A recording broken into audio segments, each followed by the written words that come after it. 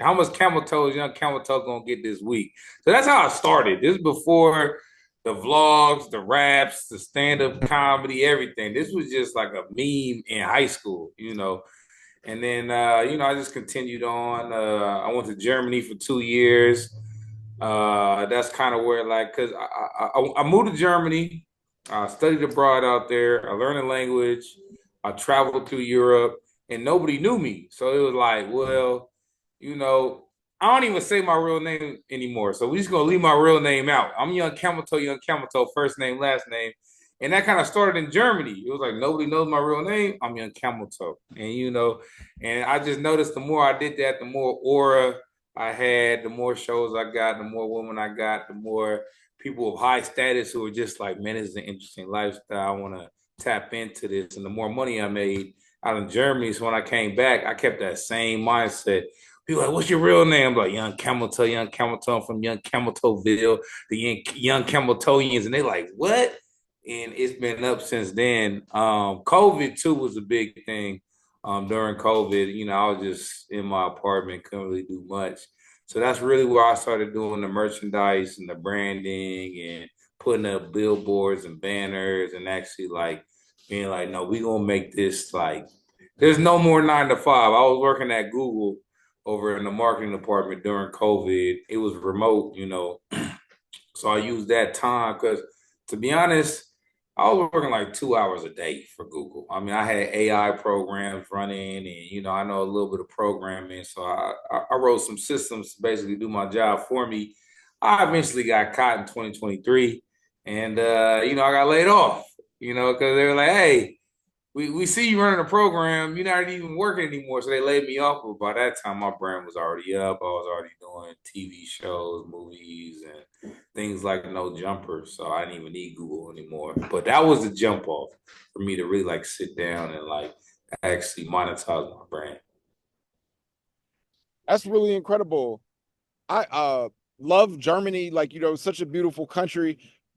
What was it like, living overseas? Oh man, Snow Bunny's more money, man. That was really Snow Bunny heaven. Shouts out to Sweden, Mike. I had a homie who went out to Sweden during the same time. So I would go visit him in Uppsala, Sweden. He would come down to Hamburg, Germany. We would go back and forth and kind of just stay at each other's places on the couch. And it just it really just it broadened my mindset. Like I'm from Oakland, and I moved out there for 2 years, and I just saw that like it doesn't have to be like this. There's no all right. The Turkish people are gang banging out there. There's some Germans who claim the Turkish people really are gang bangers. So respect to the Turkish, but they're coming from a impoverished standpoint. They're the immigrants, so it's almost kind of like the Turkish cartel. But other than that, like nobody really had guns.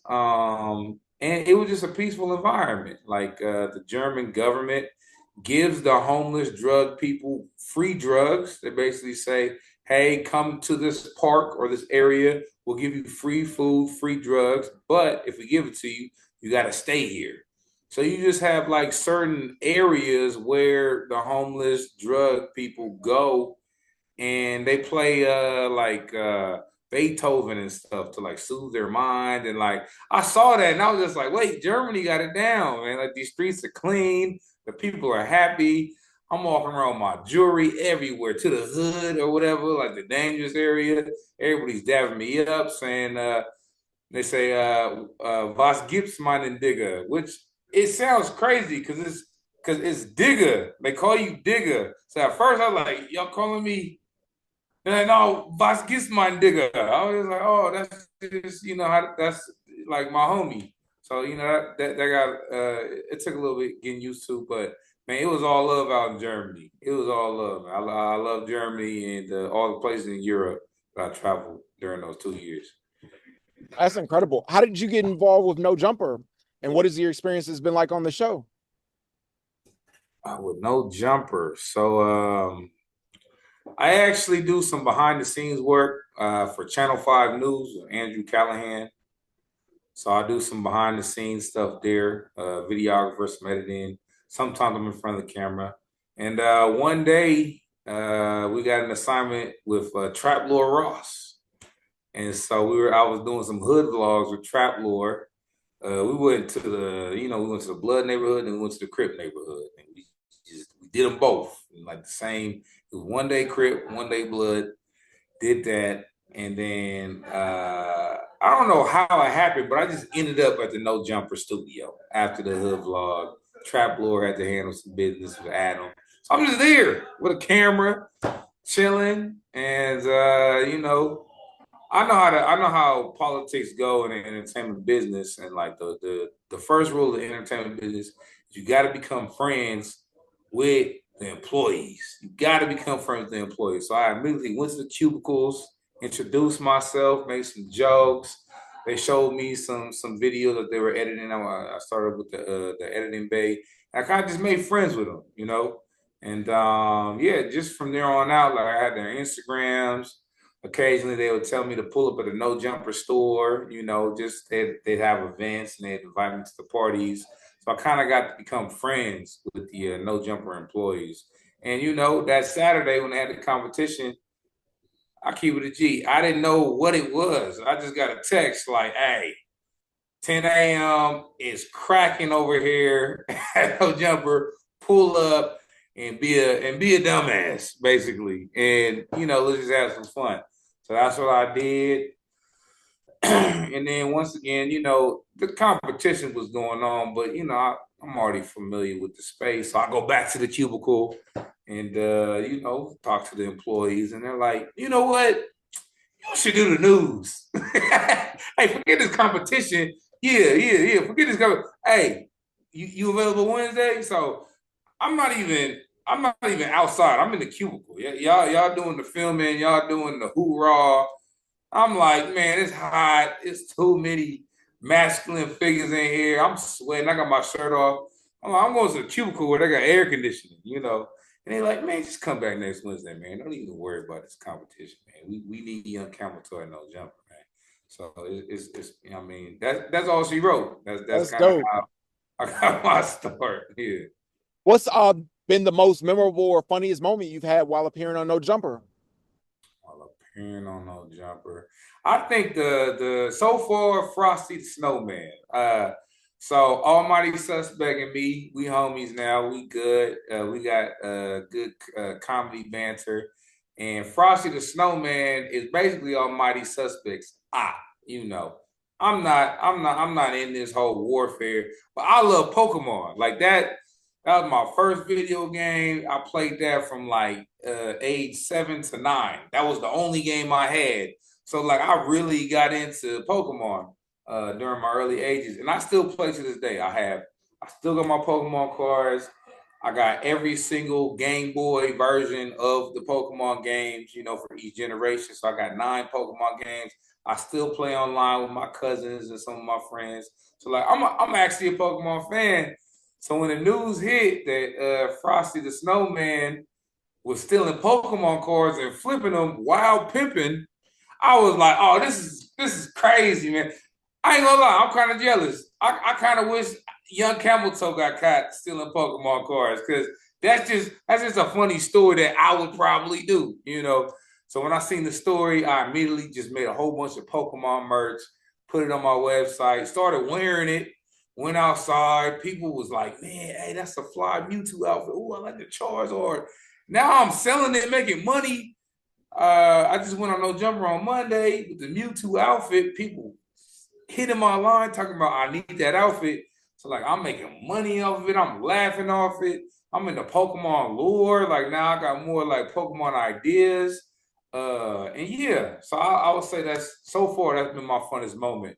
It's been profitable, it's been funny, and I love Pokemon. So yeah, my Yeah. favorite. It's interesting to see how many people collect Pokemon cards because I go to like different card shows. Like I think tomorrow, like the Burbank card show starts in Anaheim. I was gonna hit that up, and then I'm always over at Bleakers. I'm like surprised like how many like different content creators I'll see like and they collect Pokemon cards. I thought that was like interesting, man.